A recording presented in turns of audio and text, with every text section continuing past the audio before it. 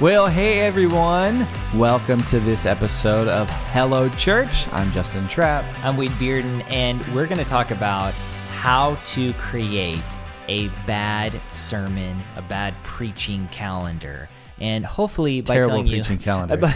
by hopefully telling you how to do a terrible calendar, it'll help you create a good calendar. Well, I mean, we've created sermon calendars for the past 6 years now. Yeah. We've created them personally with our preaching teams and staffs and individually for years. So this is one of those like do as I say, not as I've done lessons we've learned from our failures and mistakes and, learning through life, right? Yeah. Well, we are about to release our new sermon calendars here at Ministry Pass. They are 52 weeks long, and they're made up of sermon series, and we've been working on them all year. And I feel like every year we improve. This year, our calendars are the best that they've ever been. Yeah. We get together with pastors from different denominations, from different contexts. We also bring our staffing in, and we really work through this. And then we send it out to our writers who are pastors and educators in the Christian spaces and writers. And I think we've done a good job. We have a number of different adult calendars. We have 4 adult calendars coming out this year, and we usually have 2 because we've added a couple extras. Yeah, so we have a topical calendar. So for those of you that like preaching through topics, maybe on felt needs of your congregations, there is a calendar for you. We also have a calendar that's more of an exegetical approach. Yeah, the expository calendar. Yep. And what we do with that one is just we work through books of the Bible or chunks of Scripture,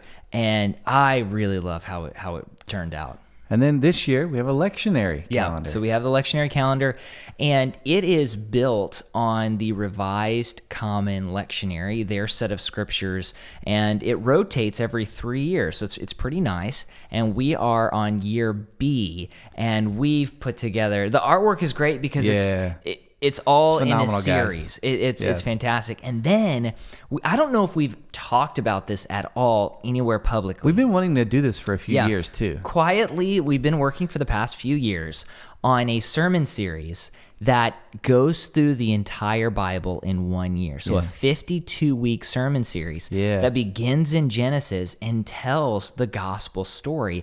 And that's what it's called. It's called the gospel story. Yeah. And the artwork for this came through. It just came through. Presses. It is our most extensive artwork ever. Everything is done by hand, essentially, in Illustrator. It's really amazing. Yeah, and then we have the youth and the children. So this year we have 6 sermon calendars, and we have pastors tell us like, "Hey, I love preaching through the topical calendar, or I do the expository calendar. Some mix and match, whatever works for you. But nonetheless, we've created these roadmaps so that you can have the freedom to focus on some of the more important issues at your church and in your life.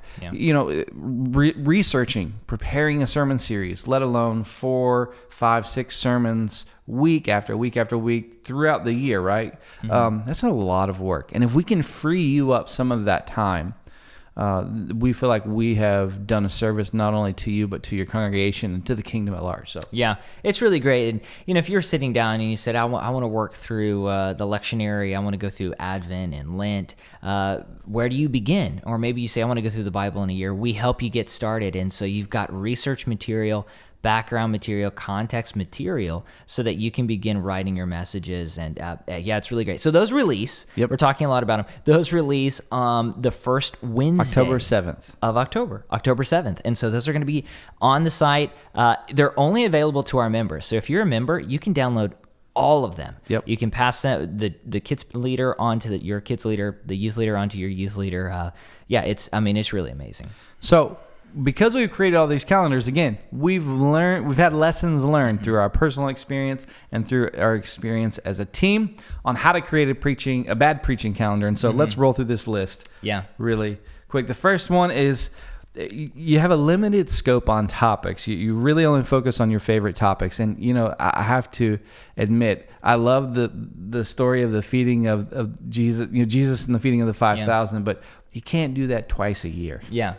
No, you want to make sure that you plan a wide variety of topics, or if you have a specific goal, and we'll talk about this in a minute, making sure that you're going to hit that goal, rather than just saying, well, what's a cool thing to talk about, or what's an easy thing to talk about. Usually we do that, but when you're planning, it's great because you can get up, 12,000 feet in the air, and you can say, okay, let's see what this year is going to look like in its entirety. Well, we are overcomers in Christ, but not 30 weeks out of the year. The next thing, too, is if you want to create a bad sermon calendar, don't take the seasons of the year into account. Just preach whatever. Christmas in July, we wouldn't recommend it. It's terrible. Let me break that down. An example we were talking about a little bit ago. So let's say you want to talk about evangelism with your church and your people, and it's October, and you say, well, let's jump into an evangelism series. That's probably not the best time, because for many churches, that is when people are coming to church. And high attendance. It's high attendance. New visitors are coming. Unchurched people are probably coming more often than they are during the summer. And so you want to provide a series that's going to hit them where they are. Maybe it's a topical series, or just a series that says, hey, this is what the gospel is. Like, this is what Christianity is all about. So keep that in mind. We think of Christmas when we think of the seasons of the year, or Easter, but it really is bigger than that. Yep. Another example of a bad preaching calendar is really a limited perspective. You're the only one giving input. Your life, right? Your perspective is determined by your experiences, how you are raised, your outlook, your theology. It is very helpful to have other perspectives and other voices, at least to consider when you are building your preaching calendar. So don't do this in a cave. Don't be like Iron Man, right? Tony Stark in Iron Man 1, where he goes into the cave and he works on their prototype, and then he comes out and he fights the bad guys. It's like, don't do that, Pastor. Yeah, don't try to be the lone hero. Yeah, and that's what we began doing. I feel like early on in Ministry Past, it was just kind of a small thing when we were building our calendars, and then we started getting pastors and leaders, and we started getting input, and that just helped to expand. I feel like our perspective so much. So make sure you're getting people from other churches who are talking to you. Maybe sit down with people in your church and just say, hey, here are kind of some of the topics that I want to talk about. Do you feel like you struggle with those? What are some things you'd like to hear? And then also, are there other topics that you really want me to preach on? So go through that. Here's something else too. We talked about being limited in scope, but also don't be afraid to revisit old passages or messages that you already explored. Popular topics are popular for a reason. And I know sometimes we say, I talked about that a year ago, I can't talk about it now. Sometimes we really need to hit those points over and over again, maybe just in different ways. Oh, yeah. Well, I mean, all of the people within the sound of your voice on a weekend, have relationship issues, are in relationships, are in a family. Those sort of like issues and topics are evergreen, right? You can always talk about family. You can always talk about relationships. You can always talk about marriage every year, and you probably should, because those are relevant to everybody in the room. Now, if you want to talk about something a little bit more niche, so to speak, maybe you save that for every few years. But yeah, it's okay to talk about things multiple times throughout the year, or even every year. Yeah, and I had a pastor, I remember a preaching professor who was also my pastor, tell me one time that he's like, sometimes you could pull out a message from 3 years ago, change out some of the stories and illustrations, maybe look at the applications and tweak those a bit and preach it, and there are going to be a lot of people who probably don't even know or don't even remember that message. So you can do that if it's an important topic. You just got to be intentional about it. The other thing that I would say there is, to your point, just use a different person illustration. You don't want to roll out with the same personal story or the same joke. Because people remember stories. Remember, sometimes they don't remember content, but they remember stories. So you just swap out the stories. Good to go. Yeah. No, and there are some topics that we're going to hit every week, right? We're going to probably we need to go back to the person of Jesus in every single message, a beehive to the gospel, but a beeline to the gospel. But then there are other topics that, hey, it's good to revisit them. You just got to watch the way you do it. Another thing, is you avoid controversial topics, or maybe you don't preach on what's happening in popular culture. You're kind of in this silo. You never really address it, and your people come to you and they're like, man, this is going on. Like, this is happening in our world, but our pastor's not talking about it. Yeah, you want to avoid where, the pastor or the main communicator or the sermons coming from the stage have this sheltered worldview. You want to try to avoid that, because the gospel and the Bible can inform a lot of those issues that are happening throughout the world, throughout your world, in your community. And so you want to make sure that you're addressing or acknowledging those things as they're happening. Yeah, and then there's the opposite side of the coin. Oppo. And this is how to create a bad preaching calendar. You're always talking about popular topics. Yeah, it's like anytime something comes up, I mean, you're like, every Marvel movie that comes out, you're like, it's a sermon series. Hey guys, Endgame. Let me tell you about my Endgame. Yeah. So you have to be careful that you're not preaching popular topics or pop cultural moments all the time. Full of Justice League. I'm just thinking of bad movie sermon series titles now. No, and Ministry Pass has one. We had one called Endgame when Endgame came out, and I'm telling you, it was one of the most popular series ever. It really was. I mean, you just throw it out there. You're like, maybe one person will use it, and people are like, this is cool. There's a time and there's a place to capture people's attention through that. But don't feel like you always have to be on the edge. Sometimes it's refreshing to go into church and for somebody to open up Scripture and says, hey, this is our next passage, and we're going to talk about this today. Yeah. Another thing, that you want to avoid is not being Jesus-centered enough. You don't want to just have self-help topics or just like fun topics all the time, and that don't like a beeline back to Jesus. You want to make it Jesus-centered, and if you want your calendar to be imbalanced, your preaching calendar to be imbalanced, that can happen when you don't preach Jesus at the center of it all. Man, to quote a famous song. Yeah, I mean, it's so important to assess what you're talking about. Now, obviously, there are going to be sermon series that address morality, okay? And they're going to say, hey, as Christians, as people who are changed by Jesus Christ, here's what we need to do. And that doesn't mean it's legalistic at all. It means saying, like, we need to follow the example of Christ.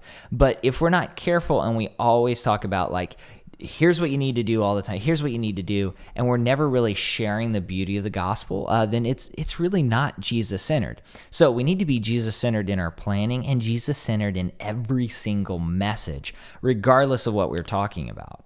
Yep. Another way that you can create a bad preaching calendar is that you don't look further than 2 weeks ahead. When you don't look further than 2 weeks ahead, Pastor, you don't really have a calendar. It's you're more archiving what's happening in real time. I've talked to several pastors where I asked them, "Do you have a preaching calendar?" Like, I mark down what I do, when I'm preaching in my notes, and it's not really like something that they utilize for looking forward. It's just something it's a record. It's a catalog, record, and that's not doing it right.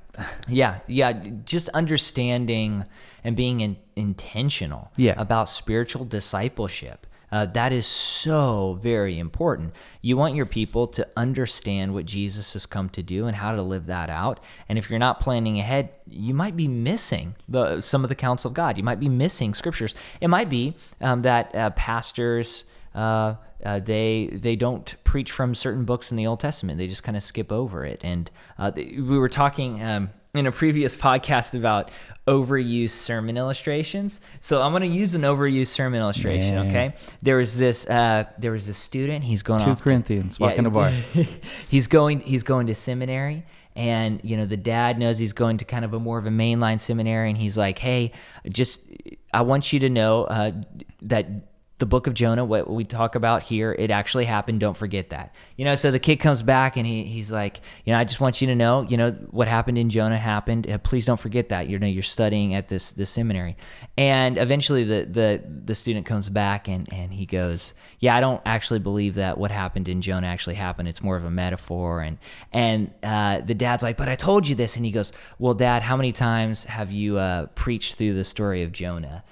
in the last 4 years? And the dad's like, oh, none. And so it's like this little thing of like we talk about the Bible and we're so excited about the Bible sometimes, but do we actually read what it says? So that would go to this point in that, hey, be intentional about that. Yeah, and I think too, like this goes to this last point here on how to create a bad preaching calendar is you don't have a vision for over the next year, and maybe you do have a vision, but there's no intentionality to fulfill that vision through scriptures, through the messages. When you don't have a preaching calendar and you're not looking at what can we accomplish, Lord God? Like, ask God, what does our people need this year? What felt needs? What passages? What books of the Bible should we be looking at? And really going to accomplish what you set out to at the beginning of the year, whenever you plan. Having a bad preaching calendar would mean that you don't really ask yourself those questions. You're just sort of preaching what you feel like, 2 weeks from now, or it's like, you know what, I'd like to do a series on this, or I've always wanted to do a series on this, and you start preparing, the Monday before the Sunday. Yeah. Well, and you might notice too in your congregation that your people, they need something. Maybe you feel like you have good services and people seem to genuinely serve the Lord and serve others, but there's really no community.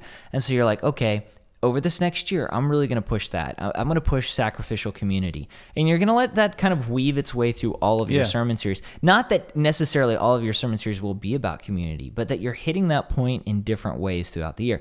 It could be the same thing with job, work-life balance. Maybe you say, man, these people, they say they love Jesus, but they're addicted to their work. And so throughout the year, you're going to hit that. So if you can be intentional and say, hey, this is really a big need this year, or if there's a couple of needs, and think about that while you're planning your calendar. I mean, it could be really great. So those are some ways on how you can build a bad sermon calendar. Hopefully, you are not going to commit those errors and instead build a strong sermon calendar. Well, we've tried to take these lessons learned and avoid that in the calendars that we're creating. And hopefully, whether you use a Ministry Pass calendar or not, again, those are releasing October 7th, first Wednesday in October, you're able to follow these principles. But please, Pastor, whatever you do, whether you use Ministry Pass preaching calendars or not, please create one. It's gonna benefit you so much. Your church, you're going to be able to add other voices to your preaching team because it's all planned out. The benefits just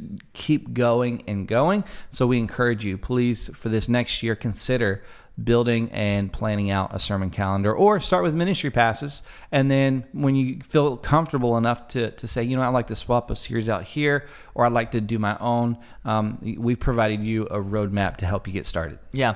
And as always, you can comment on this episode if you're watching on YouTube. You can do that. Subscribe to our channel. We've had some really great comments. So we produced an episode not too long ago on some of the sermon illustrations we need to stop using. And we've received some really funny comments. Yeah. And it reminds me, too, sometimes pastors can be kind of manipulative and dark in their sermon illustrations. They make up these stories. A user posted one and they said that they had kind of routinely heard a sermon illustration where there was this guy and there were two children drowning, and he knew one of them wasn't a Christian, so he saved the unsaved, and the other child was his son. Oh, Lord. It's like, whoa, this is getting really, really dark. Making up these stories. So those are really funny. So keep the comments coming. Have you ever made an error in your preaching calendars? We would love to hear that, whether it's serious or whether it's funny. Make sure to do that. You can also tweet us at Ministry Pass. Maybe you're listening to this on iTunes or Stitcher or Spotify. We'd love to get your comments.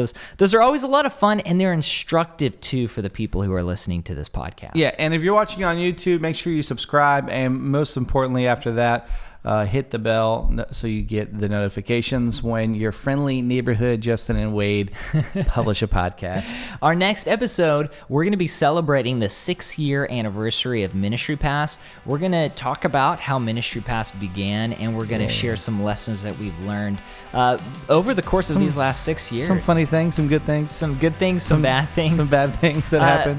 Hopefully it'll help you kind of learn more about us, but also hopefully it will give you some tips as you start something new at your church, or just continue being faithful week in and week out. So make sure to do that. Check out our next episode. Thanks again for listening to Hello Church.